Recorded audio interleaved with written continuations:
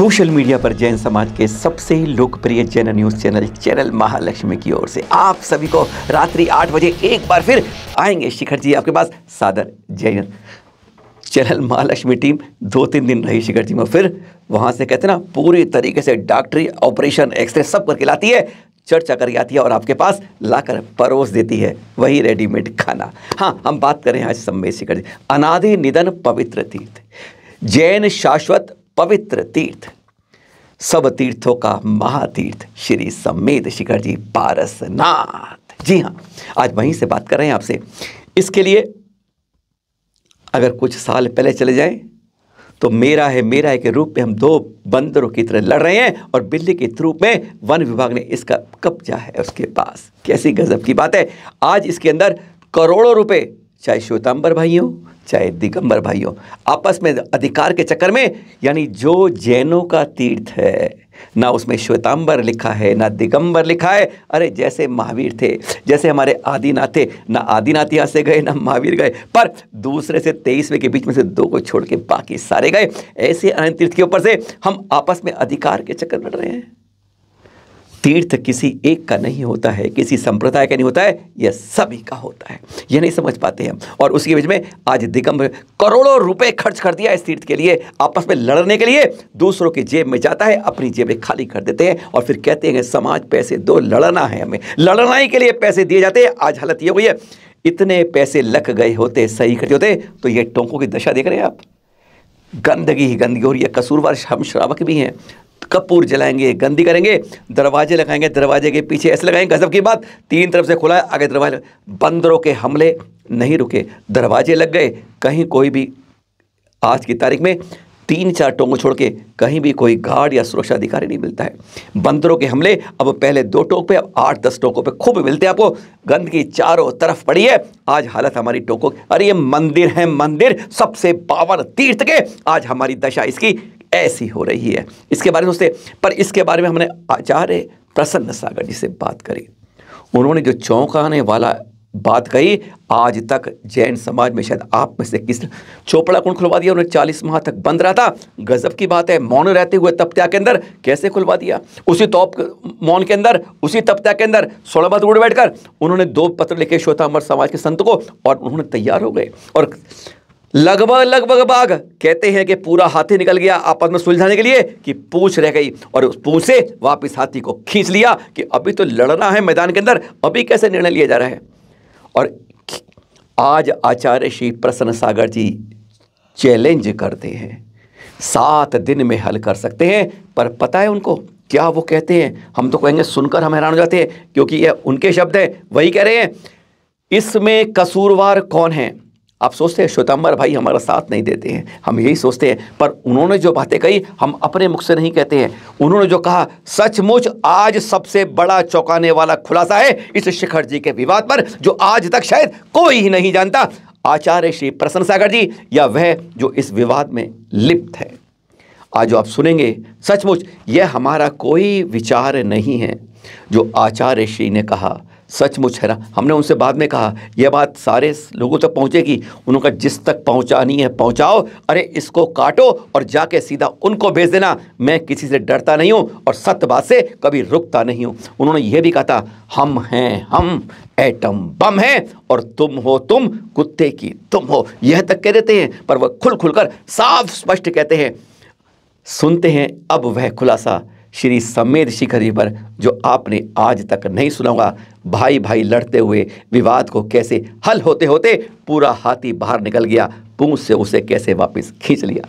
सुनिए अंतर्मना आचार्य श्री प्रसन्न सागर जी। महाराज जी, मान लिया संत प्रभावना करे, सरी तरह की तरह बहे, सूरज की तरह प्रकाशित, तो बिल्कुल ठीक है।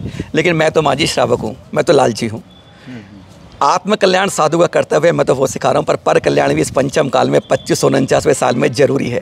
महाराज जी, एक आपने बहुत बड़ी दिशा दिखा दी। कहते हैं लालच तो आपने करवाया महाराज जी कि मैं बता देता हूँ लड्डू भी खिलाऊंगा। आपने हमारे दोनों भाइयों को लड़ाने से बचा दिया। अब महाराज जी जिस जगह पहुँचा दियो वो मौन में करा था महाराज जी, अब आप बोल सकते हैं, समझा सकते हैं, तो एक कर दो महाराज जी। आज भी हम बिल्कुल 7 दिन में कोर्ट केस ख़त्म कर सकते हैं। हम सोचो आप, हमने उस मौन में 2 पत्र भेजे थे अहमदाबाद, पद्म सूर्य महाराज साहब के पास, विजय रत्न सुंदर सूर्य महाराज साहब इतने प्रभावित हुए जी। पद्म सूर्य जी महाराज साहब ने तुरंत आनंद जी कल्याण जी ट्रस्ट के ट्रस्टी को फ़ोन किया, बोले इतने बड़े तपस्वी ने पत्र भेजा है, तुरंत बुलाओ सबको मीटिंग करो। लेकिन अपने वहाँ के अहमदाबाद के पारसमल जी ने फ़ोन कर दिया शिखर सेन जी को कि आपके बिना यहाँ सब ये क्या हो रहा है। तुरंत आकाश भवन उस चीज़ को उन्होंने उसको वहीं पर रोक दिया, मना कर दिया, बिल्कुल दिमाग मत लगाओ बेचारे आकाश भवन। अन्यथा उसी दिन सब कुछ फैसला हो गया था। मतलब हम ही तो खराब है। अपन हम बोलते ना दिगंबर सब बुद्धि से दिगंबर हैं। हमारी बुद्धि से नग्न है हम। नहीं, बुद्धि से दिगंबर नहीं, सचमुच तो हम हैं, वो बुद्धि से दिगंबर हैं। मतलब हम ही उसको विवाद को खराब कर दिया हमने। ना संपूर्ण खेल पूरा हमारा खराब किया हमारे अपने लोगों ने। श्वेतंबर समाज जितना दिगंबर साधु को सपोर्ट करती है, इतना हमारे दिगंबर जैन व्यक्ति दिगंबर साधु सपोर्ट नहीं करते हैं। वो हमेशा टीका टिप्पणी में टांग खींचने में ही आगे रहते हैं। इसलिए दिगंबर समाज इतना फल फूल नहीं पा रहा है। आप श्वेतंबर को देखो, करोड़ों करोड़ों का दान देते हैं जी, और कुछ नहीं बोलते हैं। दिगंबर बोलता हंस हंस के पैसा बोलता है और रो रो के पैसा जमा करता है। ये तो बहुत बड़ी कड़वी सच्चाई है महाराज जी अपने हमारे समाज क्योंकि अर्थ नहीं, कोई लपेट नहीं, जो बोलना मुंह पे बोल देना, अच्छा लगे ठीक है, नहीं लगे कोई दिक्कत, कौन हमारा क्या बिगाड़ेगा। सुन लिया आपने शिखर जी के बारे में। यह आचार्य श्री का कहना है, महाव्रती हैं, सत्य बोलते हैं और किसी से डरते नहीं हैं। इसलिए हमने एक बात और पूछ ली वर्तमान में, आज जैन भाई और आदिवासी भाइयों को कौन लड़ा रहा था? दोनों के अधिकार की बात को कौन छीनकर अपनी रोटियां सेक रहा था? दोषी कौन था? आदिवासी भाई थे, जैन भाई थे, या फिर बाहर से हम तीसरे कोई नेता बन रहे थे? साफ बात उनसे, क्योंकि वह इस समय वहीं पर थे और कहते हैं पाराटोक से सब कुछ नज़ारा देख रहे थे, सुन रहे थे, पर मौन थे, चुप रहे थे। सुनते हैं जरा अब जब खुल के बात क्या कहते हैं वो, इस दोषी कौन है हमारे आपस में लड़ाने के लिए, हम स्वयं या कोई तीसरा? सुनिए जरा आचार्य श्री प्रसन्न सागर से यह भी खुलासा। अर्थ नहीं, कोई लपेट नहीं, जो बोलना मुंह पे बोल देना, अच्छा लगे ठीक है, नहीं लगे कोई दिक्कत, कौन हमारा क्या बिगाड़ेगा। दूसरे महाराज जी, हमारे जैन भाई और आदिवासी खूब लड़ाई करवाई अभी नेताओं ने या महत्वाकांक्षों ने। बहुत अच्छी बात, मैं बोल रहा हूँ आदिवासी के इसमें कोई दोष नहीं। और मैं बोलता हूँ कि देखो भाई, जहाँ जिसका जो अधिकार है, अधिकार की बात बुलंदी के साथ बोलना चाहिए। ठीक है, हम वर्षों से पूछ रहे हैं और दिगंबर समाज आदिवासियों के बिना अधूरा है। सही बात है। यदि वो लोग यहाँ से हट जाए तो हम कुछ भी नहीं कर सकते। आप सोचो, एक डोली वाला बेचारा पूरे 27 किलोमीटर की यात्रा पैदल करवाता है, पसीना बहाता है, 3-5 हज़ार रुपये में लेता है, तो जितना वो सपोर्ट दिगंबर जैन यात्री को करते हैं उतना दिगंबर जैन यात्री उनको सपोर्ट नहीं करता है। एक बात। दूसरी बात रही पूजा मान्यता की बात, तो आदिवासी जो साल में एक बार मकर संक्रांति पर्व पे जाते हैं, तो भाई अच्छी बात, जाना चाहिए, अधिकार क्षेत्र है, नो डाउट। दूसरी बात, साल में एक बार और जाते हैं वो होली के आसपास, बिल्कुल वहाँ भी जाते हैं, तो वो वहाँ वो दूध से अभिषेक करते हैं। तो जिनकी जो आमना परंपरा है उसमें कभी अपन इंटरफेयर नहीं करते। क्यों? भगवान की पूजा भक्ति को हर तरह से करने का अधिकार है।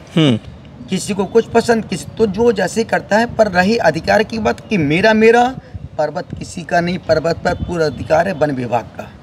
हकीकत यही है ना? बिल्कुल। लेकिन हम सिर्फ हम कब्जे के चक्कर में सब कुछ अपने हाथ से खराब कर रहे हैं।